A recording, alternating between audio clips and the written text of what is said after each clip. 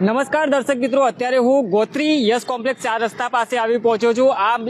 જે માર્ગ છે તે આ યસ કોમ્પ્લેક્સથી ગોત્રી પોલીસ સ્ટેશન જવાના માર્ગ પર જે રીતના આપ જે દ્રશ્યમાં જોઈ રહ્યા છો કે જે પોલ જે ક્યાંક અહીંયા ભારદારી વાહન જે ઊંચાઈવાળું વાહન છે તે અડી જવાના કારણે આખો જે પોલ છે તે અત્યારે નીચે નમી ગયો છે। જે રીતના આપ દ્રશ્યમાં જોઈ રહ્યા છો કે જે આ પોલને પણ ઘણું નુકસાન થયું છે, ગમે ત્યારે પડે તેવી સ્થિતિ અહીંયા જોવા મળી રહી છે। અને અત્યારે જે રીતના ટ્રાફિક પોલીસ દ્વારા આ એક માર્ગ છે બંધ કરીને અત્યારે જે આ પોલ ઉતારવાની કામગીરી તેમના દ્વારા કરવામાં આવી રહી છે, પણ ક્યાંક ને ક્યાંક વડોદરા શહેરમાં જે અકસ્માતોની વંજાર જે છે તે સામે આવતી હોય છે, ત્યારે ગોત્રી વિસ્તારના યસ કોમ્પ્લેક્સ પાસેથી આપ સીધા જે દ્રશ્ય જોઈ રહ્યા છો કે જે આ પોલ છે તે રાત્રિના સમયે અહીંયાથી કોઈ મોટું વ્હીકલ અહીંયાથી પસાર થઈ રહ્યું હશે તે સમય દરમિયાન આ પોલને અડી જતા આખો જે પોલ છે તે અહીંયા બેન્ટ થઈ ગયો છે। હાલ જે રીતના અત્યારે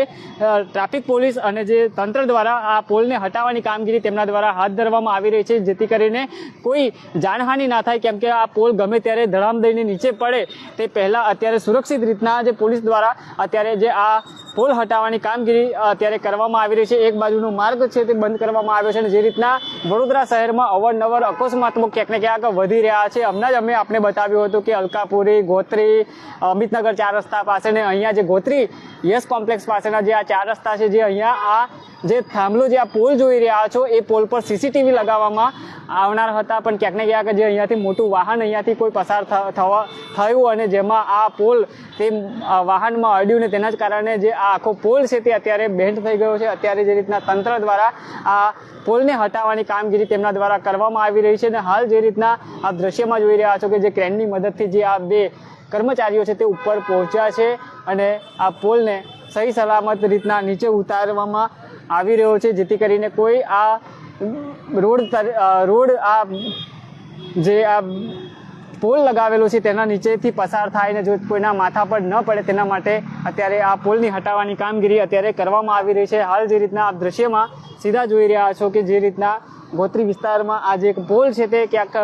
નમી પડ્યો છે, જે તૂટી પડ્યો છે, તેના જ કારણે અત્યારે જે અહીંયા એક બાજુનો માર્ગ બંધ કરીને જે આ પોલ હટાવવાની કામગીરી અત્યારે કરવામાં આવી રહી છે। અત્યારે જે રીતના આપ દ્રશ્યમાં જોઈ રહ્યા છો કે પોલીસ દ્વારા આ પોલ હટાવવાની કામગીરી તેમના દ્વારા કરવામાં આવી રહી છે અને જે રીતના અહીંયાથી માર્ગ પરથી જો વાહન ચાલકો જે પસાર થઈ રહ્યા છે તેઓને કોઈ જાતનું ઈજા ના થાય તેનું અત્યારે ધ્યાન રાખીને જે આ પોલ જે આપ દ્રશ્યમાં જોઈ રહ્યા છો કે નમી ગયો છે, વાયરો તૂટી પડ્યા છે, પણ ક્યાંક ને ક્યાંક એ પણ એક સવાલ ઊભો થાય કે આ અહીંયાથી જે વાહન પસાર થયું હશે કેટલી સ્પીડમાં પસાર થયું હશે કે આટલો મોટો જે પોલ